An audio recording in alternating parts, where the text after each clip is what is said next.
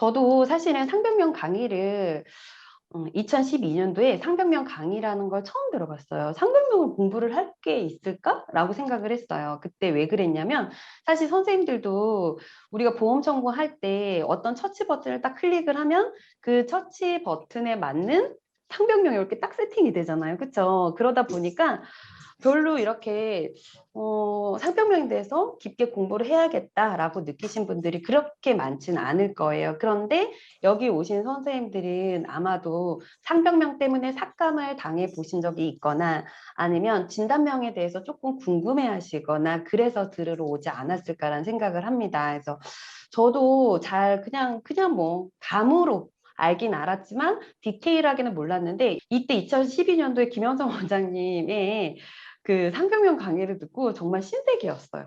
어, 아, 상병명에 이렇게 깊은 뜻이 있구나라는 생각에 그때부터 2012년도부터 상병명에 대해서 공부를 진짜 열심히 했었던 것 같아요. 진짜 열심히 하고 그러면서 아, 내가 뭔가를 터득을 하고 나니까 이걸 알려줘야겠다는 생각이 들어서 이거를 오픈 강의로 이제 제가 특강을 하기 시작했어요. 특강을 하면서 이제 이 원장님께서 저한테 손을 내밀어 주셨습니다. 나랑 상병명 책 한번 써보자.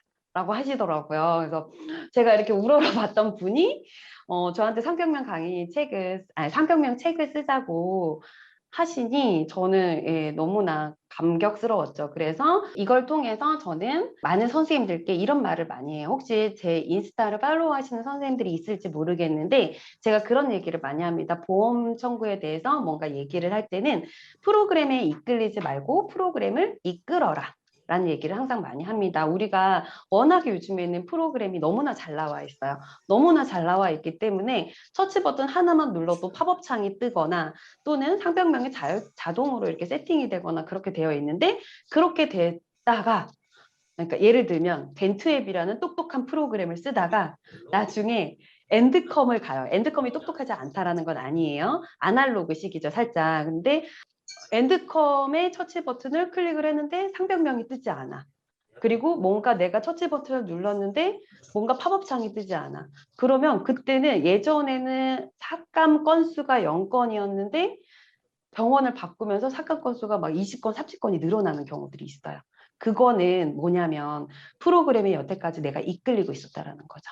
덴트앱이 아무리 똑똑하다 할지라도 선생님들이 보험 공부를 하시고 상병명 공부를 하셔가지고 내가 이끌어야 됩니다. 그래서 그렇게 이끌 수 있는 방법을 오늘 저는 목표로 삼아서 선생님들께 좀 전달을 하려고 하고요. 그래서 기초부터 들어갈 거예요.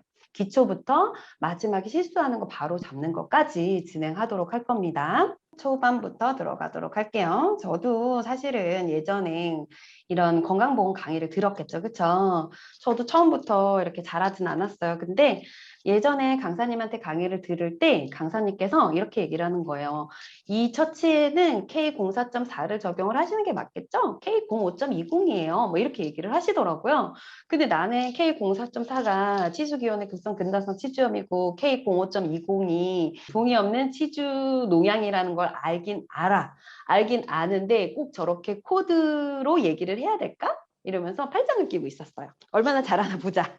그래서 팔짱을 끼고 있었었는데 근데 K05.20이 치주 관련 상병명이다. 뭐 이렇게 큰 묶음은 몰랐었어요. 큰 묶음은 몰랐는데 아까 제가 김영삼 원장님 그 강의를 듣고 알게 됐 계기가 바로 그거였죠. 그래서 K05.31이라는 상병명이 만성복합지주염이에요. 그거를 많이 쓰는 상병명이니까 아마 저 상병명이 만성복합지주염이라는 걸 알 거예요. 근데 이 네. 아이에 숨은 비밀이 있다라는 거죠. 잘 볼게요. 이 K, 제가 색깔을 좀 달리했어요. 파란색, 빨간색, 노란색으로 달리했습니다.